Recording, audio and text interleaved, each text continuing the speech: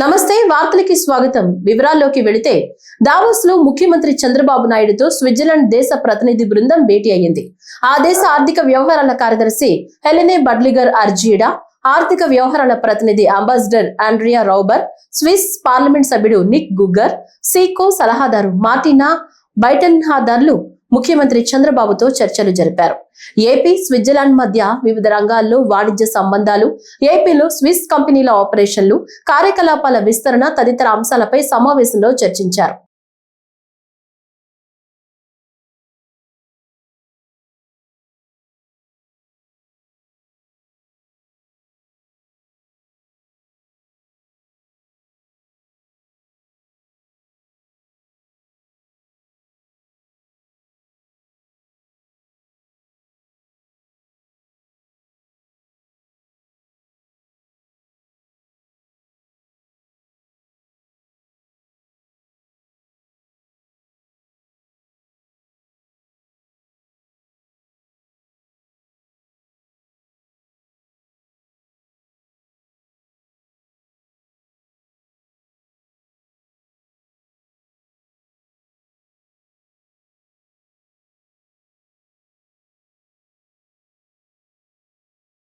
Davos లో ముఖ్యమంత్రి చంద్రబాబుతో ఇజ్రాయెల్ దేశ వాణిజ్య పరిశ్రమల మంత్రి నిర్ బర్కత్, ఆ దేశ ట్రేడ్ కమిషనర్ రోయ్ ఫిషర్, స్విట్జర్లాండ్ లో ఇజ్రాయెల్ ట్రేడ్ మిషన్ ప్రతినిధి షిర్ సర్జీ సమావేశమయ్యారు.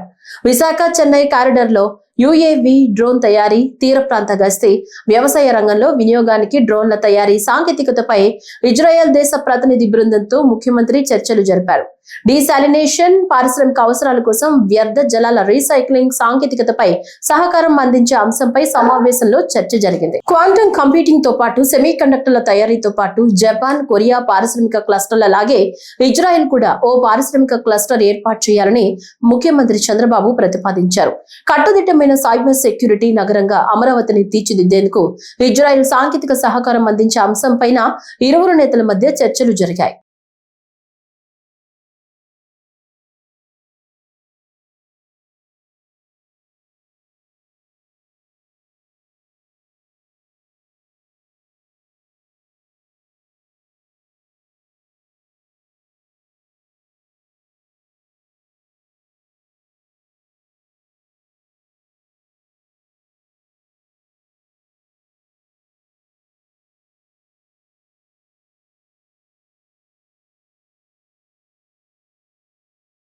JSW సిమెంట్స్ అండ్ పెయింట్స్ విభాగం మేనేజింగ్ డైరెక్టర్ పార్థ్ జిందాల్ తో రాష్ట్ర విద్య, ఐటీ, ఎలక్ట్రానిక్స్ శాఖల మంత్రి నారా లోకేష్ దావోస్ లో సమావేశమయ్యారు.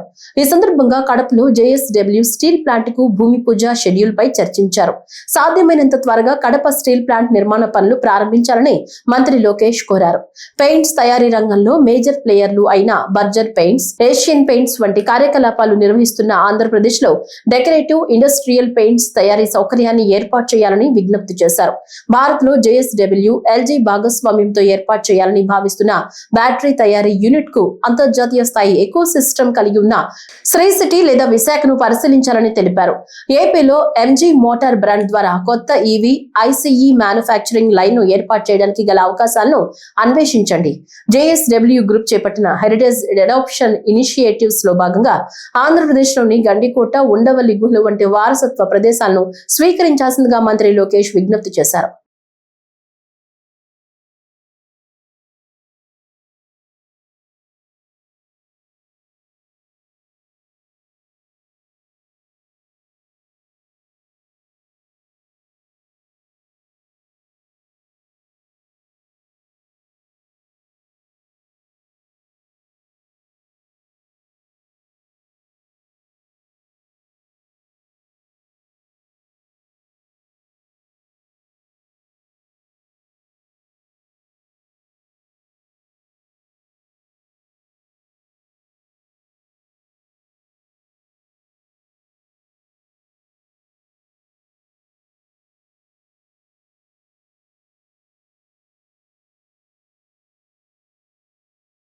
నంద్యాల జిల్లా ఆత్మకూరు పట్టణంలోని అటవీశాఖ కార్యాలయంలో ఆత్మకూరు DFO విఘ్నేష్ మాట్లాడుతూ మహాశివరాత్రికి వెంకటాపురం నుంచి ఫిబ్రవరి 8 నుంచి 15 వరకు మాత్రమే పాదయాత్రకు అనుమతిస్తున్నాము.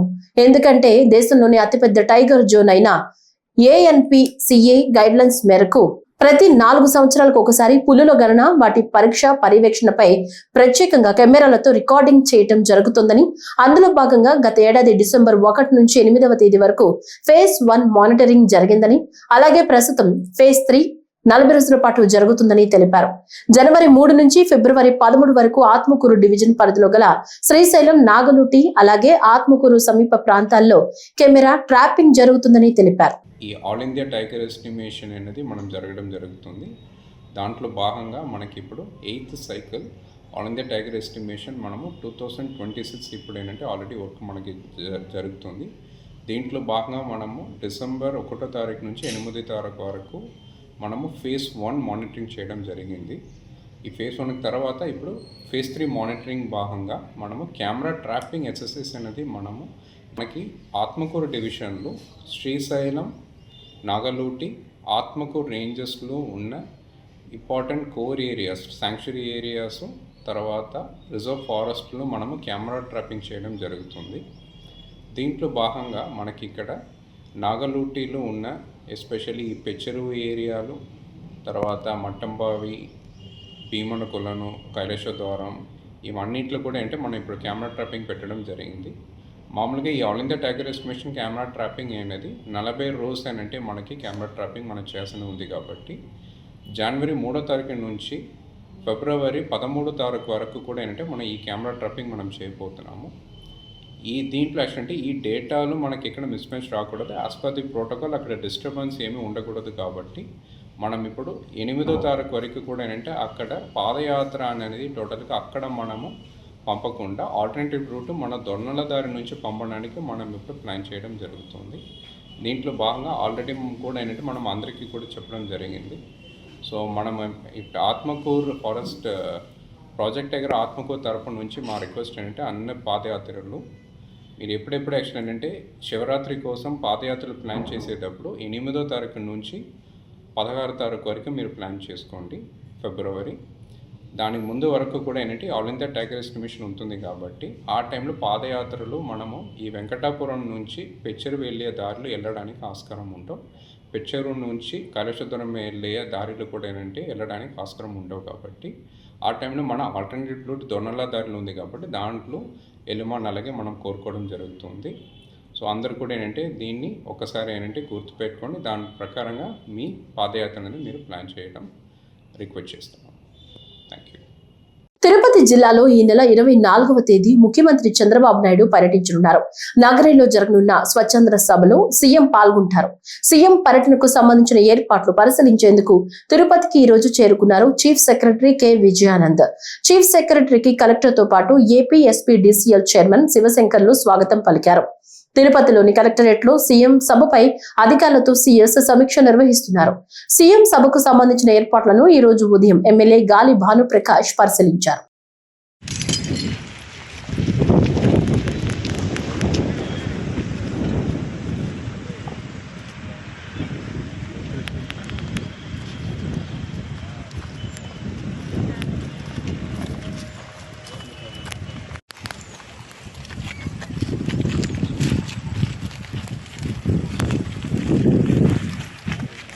జిల్లాను మరింత అభివృద్ధిలోకి తీసుకువెళ్లడానికి ప్రజాప్రతినిధులు, అధికారులు, ప్రజలు కలిసి పనిచేద్దామని నూతన జిల్లా జాయింట్ కలెక్టర్, జిల్లా ఇన్ఛార్జ్ కలెక్టర్ సి. విష్ణుచరణ్ అన్నారు. ఈ రోజు అనంతపురం జిల్లా కలెక్టర్ కార్యాలయంలో ఆయన జిల్లా జాయింట్ కలెక్టర్ గా బాధ్యతలు స్వీకరించారు. ఈ సందర్భంగా ఆయన మాట్లాడుతూ ప్రభుత్వ సంక్షేమ పథకాలను ప్రజలకు చేరవేస్తూ అందరికీ అందుబాటులో ఉంటామని పేర్కొన్నారు. జాయింట్ కలెక్టర్ గా బాధ్యతలు తీసుకుంటున్నానండి. మనకి తెలుసు ప్రతి 3 నెలలకు ఒకసారి హానరబుల్ సీఎం గారు కలెక్టర్స్ కాన్ఫరెన్స్ పెడుతున్నారు. పెట్టి ప్రతి జిల్లా నుంచి ఏ విధమైన ఎక్స్పెక్టేషన్స్ ఉన్నాయనేది చెప్పడం జరుగుతుంది. అందులో భాగంగా జీడిపి పెంచడం అన్నది ప్రతి జిల్లాకి సీఎం గారు చాలా ప్రత్యేకంగా తీసుకున్న ఒక అంశం అది. సో ఏ విధంగా అయితే మన జిల్లాకి జీడిపి పెంచగలమో దాని ప్రకారం అన్ని సెక్టర్స్లో కూడా ప్రైమరీ కానీ, సెకండరీ కానీ, టెర్షరీ కానీ అన్ని సెక్టర్స్లో కూడా ఏ విధంగా అయితే మనం పెంచగలమో అవన్నీ కూడా మనం ప్రయత్నిస్తామండి. రెవెన్యూ ఇష్యూస్ అన్నవి మనకి ఎప్పుడు వస్తూనే ఉంటాయి, అది నెవర్ ఎండింగ్. బట్ ఏదైతే ప్రజలు ఇబ్బందులు పడుతున్నారో అవన్నింటిని కూడా త్వరితగతిన PGRSలో వచ్చిన గ్రీవెన్సెస్ కానీ, రెగ్యులర్గా వస్తున్న గ్రీవెన్సెస్ కానీ ఏవైనా సరే రూల్స్ ప్రకారం అన్నీ కూడా రిజాల్వ్ చేస్తామండి. మనకి రెవెన్యూ మనకి ప్రతి పీజీఆర్ఎస్లో కూడా ఆల్మోస్ట్ అంటే హానరబుల్ సీఎం గారు చెప్పేది ఏంటంటే ప్రతి పీజీఆర్ఎస్లో కానివ్వండి, స్టేట్ లెవెల్ కానివ్వండి, ఆల్మోస్ట్ ఒక 70 to 80% గ్రీవెన్సెస్ అన్నీ కూడా రెవెన్యూ పైన వస్తున్నాయని చెప్పడం జరుగుతుంది. సో మన జిల్లాలో పరిస్థితి ఏంటనేది ఒకసారి నేను కూడా రివ్యూ చేయాలి, ఇక్కడ ఎలా ఉన్నాయి సిచ్యువేషన్స్ అన్నది. సో దాని ప్రకారం ఏదైతే మనం రెవెన్యూ సమస్యలన్నీ పూర్తిగా రిజాల్వ్ చేయగలమో అప్పుడే చాలా వరకు ప్రజలు కొంచెం హ్యాపీగా ఫీల్ అవుతారు. సో దాన్ని దృష్టిలో పెట్టుకొని ప్రతి గ్రీవెన్స్ని కూడా చాలా జాగ్రత్తగా రూల్స్ ప్రకారం రిజాల్వ్ చేస్తామండి. ప్రతి ఒక్కరికి డ్యూటీ చార్ట్ ఉంటుంది, ప్రతి ఒక్కరు చేయాల్సిన పనులు ఉంటాయి. ఎవరి పనులు వాళ్ళు సక్రమంగా చేస్తూ ఉంటే ఇష్యూస్ అని రిజాల్వ్ అయిపోతూ ఉంటాయి. సో ప్రతి ఒక్కరికి మోటివేట్ చేస్తూ, ఇన్స్పైర్ చేస్తూ, వాళ్ళకి ఏదైనా సమస్యలు ఉంటే అవి రిజాల్వ్ చేసుకుంటూ ముందుకు వెళ్తామండి. జిల్లా ఎస్పీ ఆదేశాల మేరకు పీసీఆర్ మరియు డ్రోన్ కెమెరాల ఇన్ఛార్జ్ ఇన్స్పెక్టర్ దుర్గా ప్రసాద్ ఆధ్వర్యంలో స్కూల్, కాలేజీ ప్రారంభం మరియు ముగింపు సమయంలో పోలీస్ బీట్స్ తో పాటు డ్రోన్ కెమెరాల ద్వారా నిఘా ఏర్పాటు చేయడం జరిగింది. విద్యార్థులు స్కూల్స్, కాలేజీలకు వెళ్లే సమయంలో మోటార్ సైకిళ్లు, ఆటోల్లో వేధింపులకు పాల్పడే ఆకతాయిలను అరికట్టేందుకు ప్రత్యేక చర్యలు తీసుకోవడం జరిగింది. ర్యాగింగ్, ఈవ్ టీజింగ్ వంటి అనుచిత చర్యలకు పాల్పడితే చట్టపరమైన చర్యలు తప్పవని స్పష్టం చేశారు. తల్లిదండ్రులు తమ పిల్లల్ని స్కూల్స్, కాలేజీల వద్ద దింపే సమయంలో పరిసర ప్రాంతాలపై కాస్త శ్రద్ధ చూపాలని, ఏవైనా అనుమానంగా అనిపిస్తే సమీప పోలీసులకు సమాచారం ఇవ్వాలని కోరారు. ప్రభుత్వ, ప్రైవేట్ స్కూల్స్ మరియు కాలేజీల వద్ద బయట రహదారి కనిపించే ప్రాంతాల్లో సీసీ కెమెరాలు ఏర్పాటు చేసుకుంటే మంచిదని సూచించారు.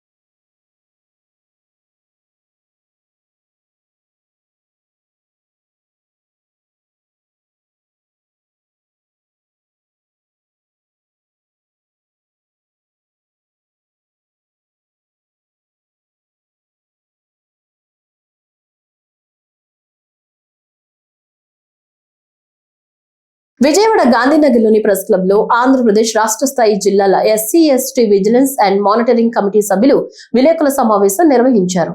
ఈ సమావేశంలో పలు జిల్లాలకు చెందిన కమిటీ సభ్యులు పాలకుట్ట శ్రీనివాసులు, వి రాజకుమార్, జయశ్రీ, ఎల్లన్న, అరవతయ్య, మణీందర్ తదితరులు పాల్గొన్నారు. ఈ సందర్భంగా మాట్లాడుతూ రాష్ట్రంలోని అన్ని ప్రభుత్వ శాఖలు అలాగే టీటీడీ సంస్థలో పెండింగ్ లో ఉన్న బ్యాక్లాగ్ పోస్టులను వెంటనే భర్తీ చేయాలని, రూల్ ఆఫ్ రిజర్వేషన్ల విధానాన్ని ఖచ్చితంగా అమలు చేసి ఎస్సీ, ఎస్టీల అభివృద్ధికి ప్రభుత్వం తోడ్పాటు అందించాలని డిమాండ్ చేశారు. అదేవిధంగా గతంలో ఎస్సీ, ఎస్టీ అట్రాసిటీ కేసుల పరిష్కారానికి ఏర్పాటు చేసిన స్పెషల్ డిఎస్పీ విధానం సమర్థవంతంగా పనిచేసి మంచి ఫలితాలు ఇచ్చిందని తెలిపారు. అయితే ప్రస్తుతం ఆ విధానం లేకపోవడంతో సాధారణ డిఎస్పీలపై పని భారం పెరిగి నిర్దిష్ట కాల పరిమితిలో ఛార్జ్ షీట్లు దాఖలు చేయలేని పరిస్థితి ఏర్పడుతోందని ఆందోళన వ్యక్తం చేశారు.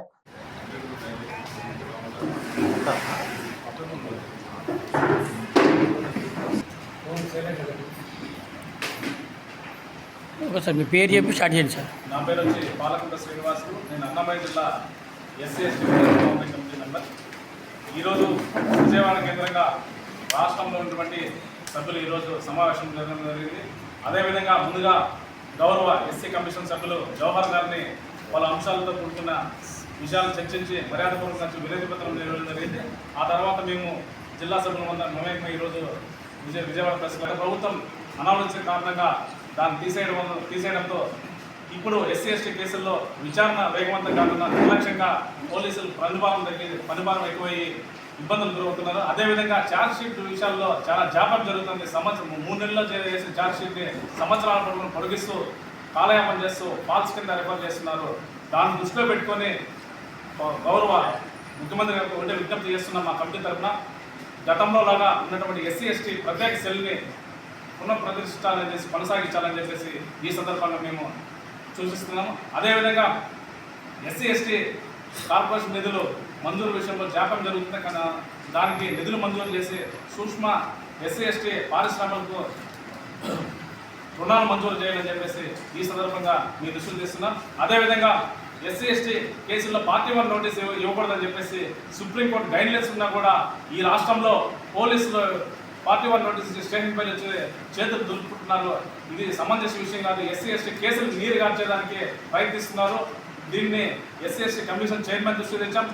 ప్రభుత్వం దృష్టికి తీసుకొచ్చి దీనిపైన మేము మాట్లాడి చర్చించి తగు చర్యలు తీసుకునేదానికి అవకాశం ఇవ్వండి చెప్పేసి ఈరోజు మాకు ఇవ్వడం సమయం అడగడం జరిగింది. అదేవిధంగా బెస్ట్ అవైలబుల్ స్కూల్లో ఎస్సీ ఎస్టీ విద్యార్థులకు నైపుణ్య విద్య అందించేదానికి ఇంతకుముందు బెస్ట్ అవైలబుల్ స్కూల్ ఉండేది, దాన్ని రద్దు చేశారు. దాన్ని పునఃప్రతిష్ఠించాలని చెప్పేసి ఈ సందర్భంగా మేము ప్రభుత్వం దృష్టికి తీసుకొస్తున్నాం. అదేవిధంగా ఏదైతే శ్మశాన రాష్ట్రంలో ఎస్సీ ఎస్టీ వాడలకు శ్మశాన వాటికి కేటాయించారు, దారులు అనేటివి లేవు. ఈ పక్కన కొన్ని సెటిల్మెంట్ భూములు చూపించేసి కలెక్టర్లు ఎండార్స్ చేయడంతో ఎంఆర్ఓ వాళ్ళు దాన్ని చేతులు దులుపుకుంటారు. భూ చట్ట ప్రకారం ప్రత్యేక చట్టం తీసుకొచ్చి వాళ్ళ శాశ్వత పరిష్కారం చూపాలని చెప్పేసి ఈ సందర్భంగా నేను ప్రభుత్వాన్ని కోరుతున్నాను. జై భీమ్, జై భారత్. అనంతపురం జిల్లా జీడిపల్లి నుంచి బైరవాణి తిప్ప ప్రాజెక్టుకు కృష్ణా జలాలు అందించే కాలువ తవ్వకాల పనులను కళ్యాణదుర్గం నియోజకవర్గంలోని ఒంటిమిట్ట, బోరంపల్లి ప్రాంతాల్లో ఆయన పరిశీలించారు. ఈ సందర్భంగా మాట్లాడుతూ 2019లో చంద్రబాబు నాయుడు ఆశీస్సులతో జీడిపల్లి బైరవాణి తిప్ప ప్రాజెక్టు పనులు సుమారు 30% వరకు పూర్తి చేశామని తెలిపారు. అయితే ఆ తర్వాత అధికారం కోల్పోవడంతో ప్రాజెక్టు పనులు పూర్తిగా నిలిచిపోయాయని అన్నారు.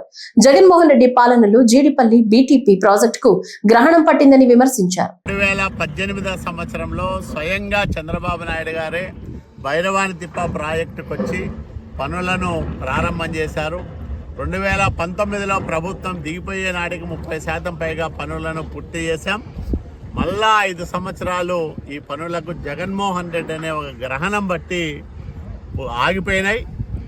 ఎందుకంటే జగన్మోహన్ రెడ్డి అంటే యువకుడు, ఇతనేదో గొప్పగా పనులు చేస్తాడని నమ్మి ప్రజలు ఓట్లేస్తే రాయదుర్గం, కళ్యాణదుర్గంలో కూడా వైసీపీని గెలిపిస్తే ఈ ప్రాంత రైతుల ఆశలను అడియాసలు చేస్తూ నమ్మక ద్రోహులుగా వైసీపీ నాయకులు మిగిలిపోయి జగన్మోహన్ రెడ్డి ఈ ప్రాజెక్టును పూర్తిగా ఆపేసిన కారణంగా 5 ఏళ్ళు పనులు స్తంభించిపోయాయి.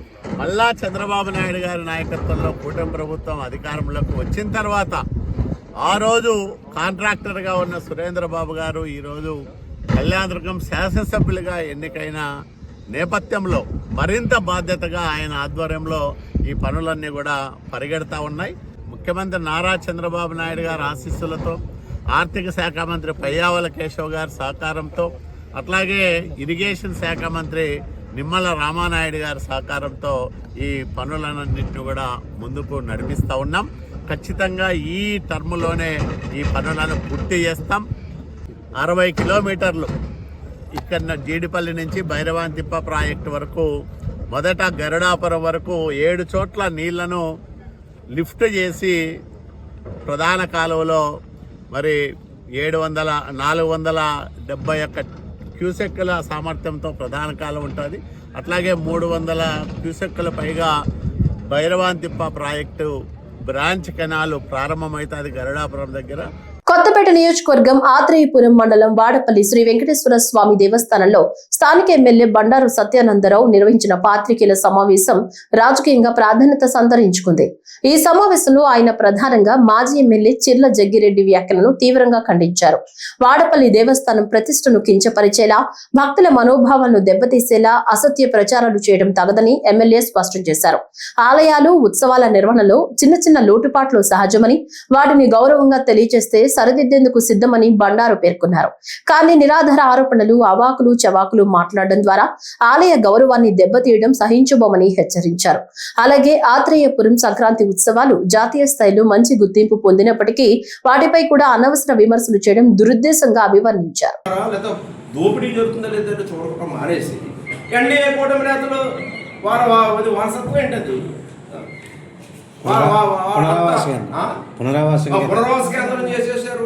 ఎన్డీఏ కూటమి నేతలు దోపిడీ చేసేస్తున్నారు. దోపిడీ చేస్తున్నారండి చెప్పండి మీరు. ఇప్పుడు ఏనాడో నేను మాట్లాడాను. గత దేవాలయ పరిపాలన ఏ విధంగా జరిగింది ఎవరికి తెలియదా? ఎవరైతే తలుపులు తీసేవారు, చైర్మన్ పేరుని ఎవరు కూర్చొని ఇక్కడ పెత్తనాలు చేసేవారు?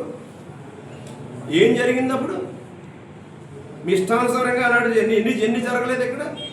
దేవాలయం అన్నప్పుడు దేవాలయంలో లోటుపాట్లు ఉన్నా ఎవరో ప్రభుత్వం ఉంది, ప్రభుత్వంలో ఉన్న వాళ్ళు బాధ్యతతో ఉన్న వ్యక్తులు వాళ్ళ వర్గాలు చూసుకుంటారని మాట్లాడుకున్నాం తప్ప ఇలాగా బురద జల్లుతాం వ్యక్తిగతంగా ఏదో ఇవాళ చంద్రబాబు నాయుడు గారును లేదా బండారు సత్యానందరావు గారును మాట్లాడేసి నిందేసేసి అవినీతి లేదా అలాగా ఇలాగా మాట్లాడేస్తే దేవస్థానంలో తప్పు జరిగితే సరిదిద్దుతాం, యాక్షన్ తీసుకుంటాం.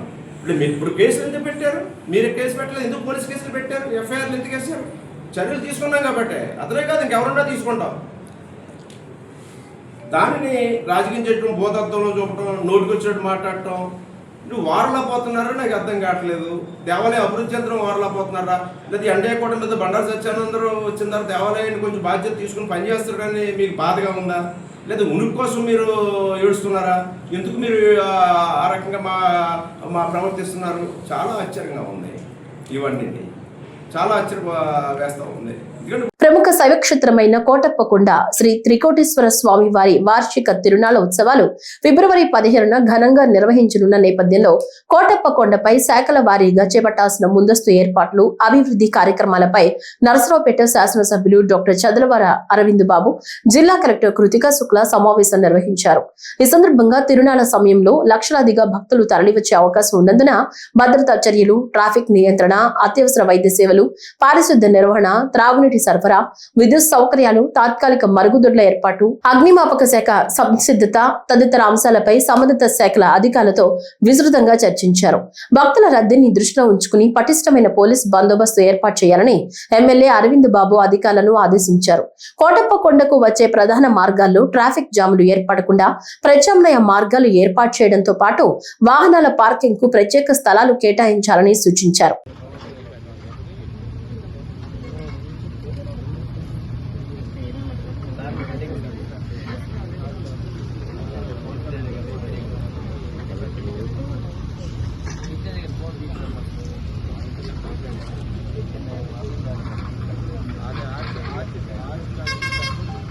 రీసర్వే అనంతరం ఖచ్చితత్వం, రాజముద్రతో కూడిన పట్టాదారు పాసు పుస్తకాల పంపిణీ కార్యక్రమం ద్వారా రైతుల భూ హక్కులను బలోపేతం చేయడం జరిగిందని జిల్లా కలెక్టర్ ఆర్ మహేష్ కుమార్ అన్నారు.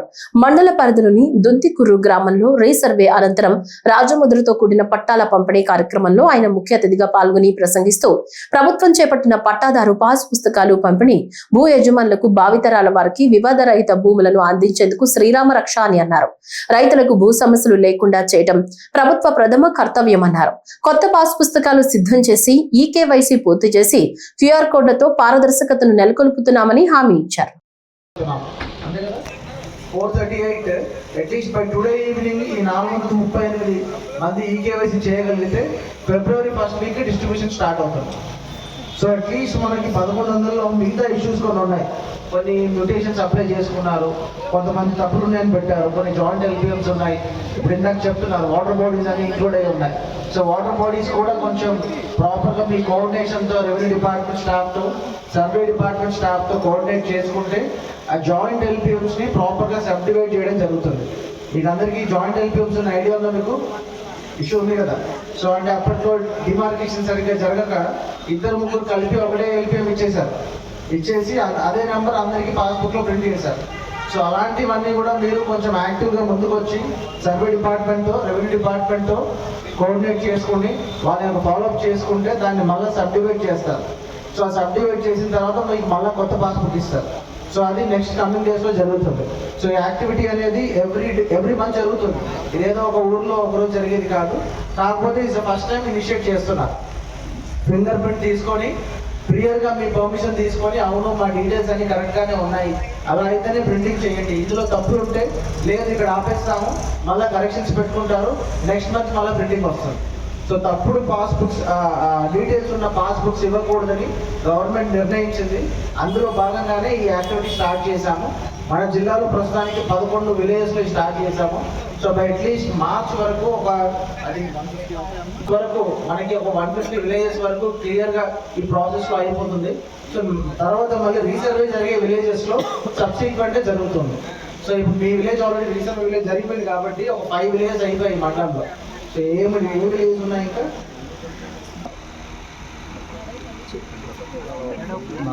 నడవపల్లి, కొండలేశ్వరం. సో ఈ విలేజెస్ రీసెంట్గా అయిపోయింది.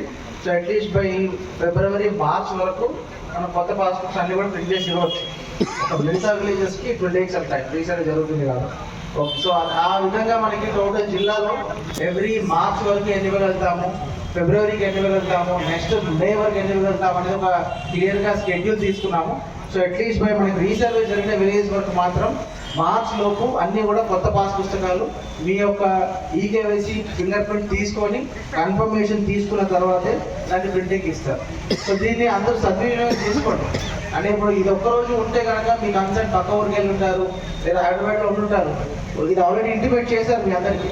మీరు మీ యొక్క రిలేటివ్స్ కానీ ఫ్రెండ్స్ కానీ చెప్పి ఈ రోజు కనుక అవైలబిలిటీలో ఉంటే డెఫినెట్గా ఈ 438 పాస్ పుస్తకాలు ఫిబ్రవరి 1st వీక్లో మీ చేతిలో ఉంటాయి. మీరు డిలే చేశారంటే కొంచెం డిలే అవుతుంది, మళ్ళీ నెక్స్ట్ మంత్ వస్తుంది. సో దయచేసి ఇదంతా మీరు అవార్డ్ రెవెన్యూ డిపార్ట్మెంట్ సో అందరికీ కూడా ప్రాపర్గా కమ్యూనికేట్ చేశారనుకుంటున్నాను. సో ఇక్కడికి ఎంతమంది వచ్చారు? కూటమి ప్రభుత్వం ఇచ్చిన హామీలను 100% అమలు చేస్తుందని రాష్ట్ర మంత్రి గుట్టిపాటి రవికుమార్ అన్నారు.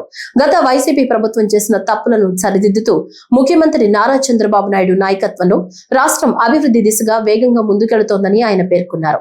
మార్కాపురం జిల్లా కనిగిరి నియోజకవర్గంలో నిర్వహించిన పలు అభివృద్ధి కార్యక్రమాలు, శంకుస్థాపన కార్యక్రమాల్లో మంత్రి గుట్టిపాటి రవికుమార్ పాల్గొన్నారు.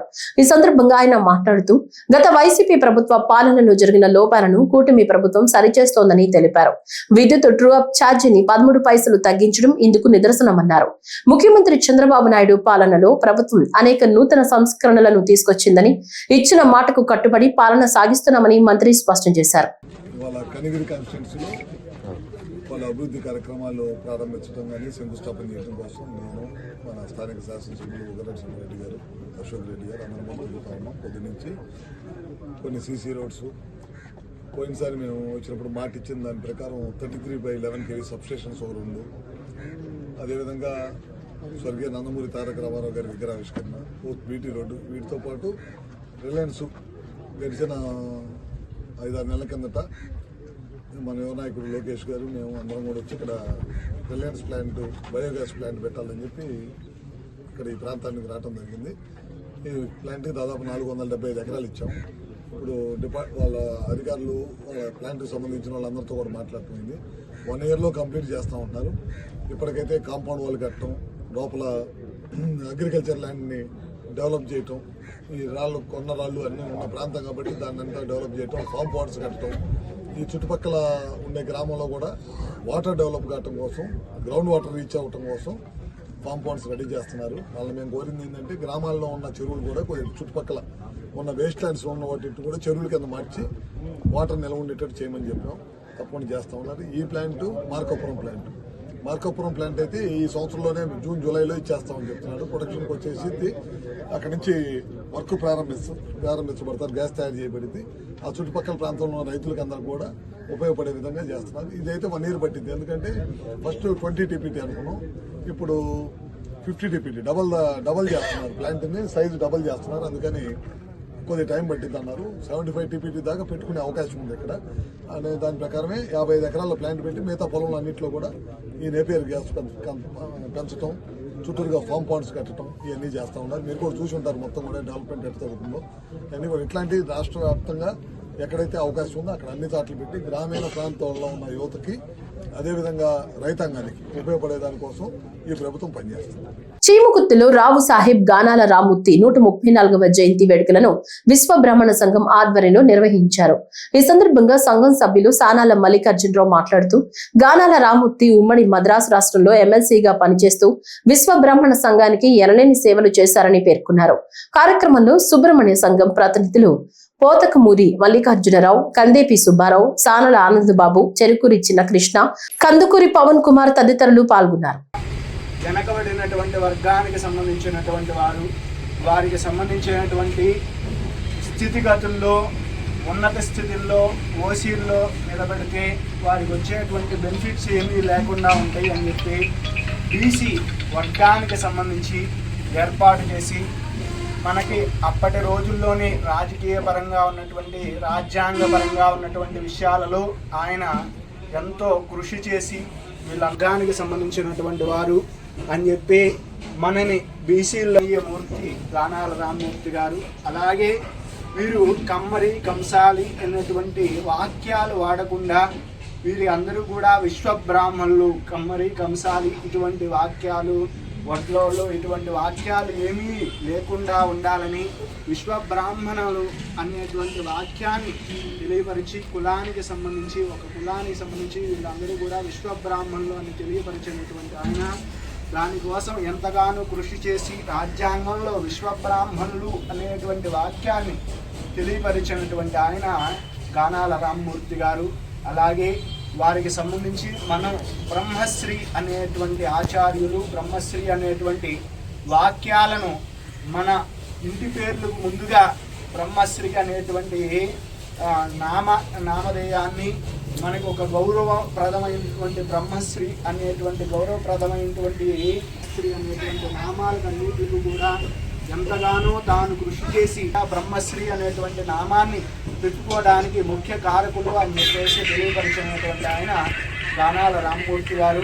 ఈ రోజున ఆయన యొక్క జయంతి మహోత్సవ కాలంలో అందరం కూడా పాల్గొని ఆయన యొక్క ఆత్మకు ప్రశాంతత చేకూరాలని విన్నవించు ఎమ్మెల్సీగా చేసి ఎన్నో అధికారానికి సంబంధించి మేము కూడా ఒక రాజ్యాంగపరంగా నిలబడి ఉండగలమనేటువంటి విలువల్ని ఏర్పాటు చేసినటువంటి ఎమ్మెల్సీగా చేసినటువంటి ఆయన గానాల రామ్మూర్తి గారు.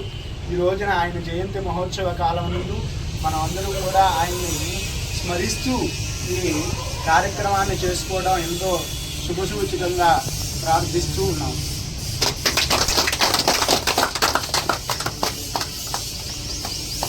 శ్రీ గానాల రామ్మూర్తి గారు మన జిల్లా ఆంధ్ర రాష్ట్రానికి చెందిన ప్రముఖులు. ఈయన వంశం వారు కూడా సంగీతంలో కానీ పండితుల్లో కానీ చాలా దిట్టలు.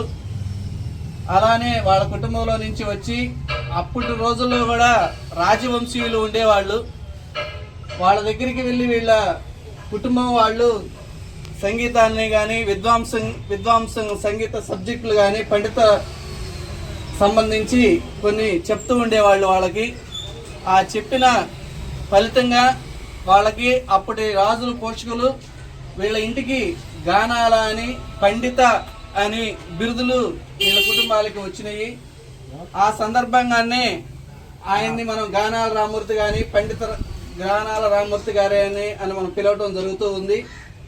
ఆ రోజుల్లో ఆ కుటుంబం నుంచి వచ్చి చదువు పట్టభద్రును చేసి తరువాత ఈ మన రాష్ట్రం అప్పుడు చెన్నై ఆంధ్ర రాష్ట్రం రెండు కలిసి ఒకే రాష్ట్రంగా ఉన్నాయి. ఆ రాష్ట్రంలో ఈ వార్తలు ఇంతటితో సమాప్తం. నమస్కారం.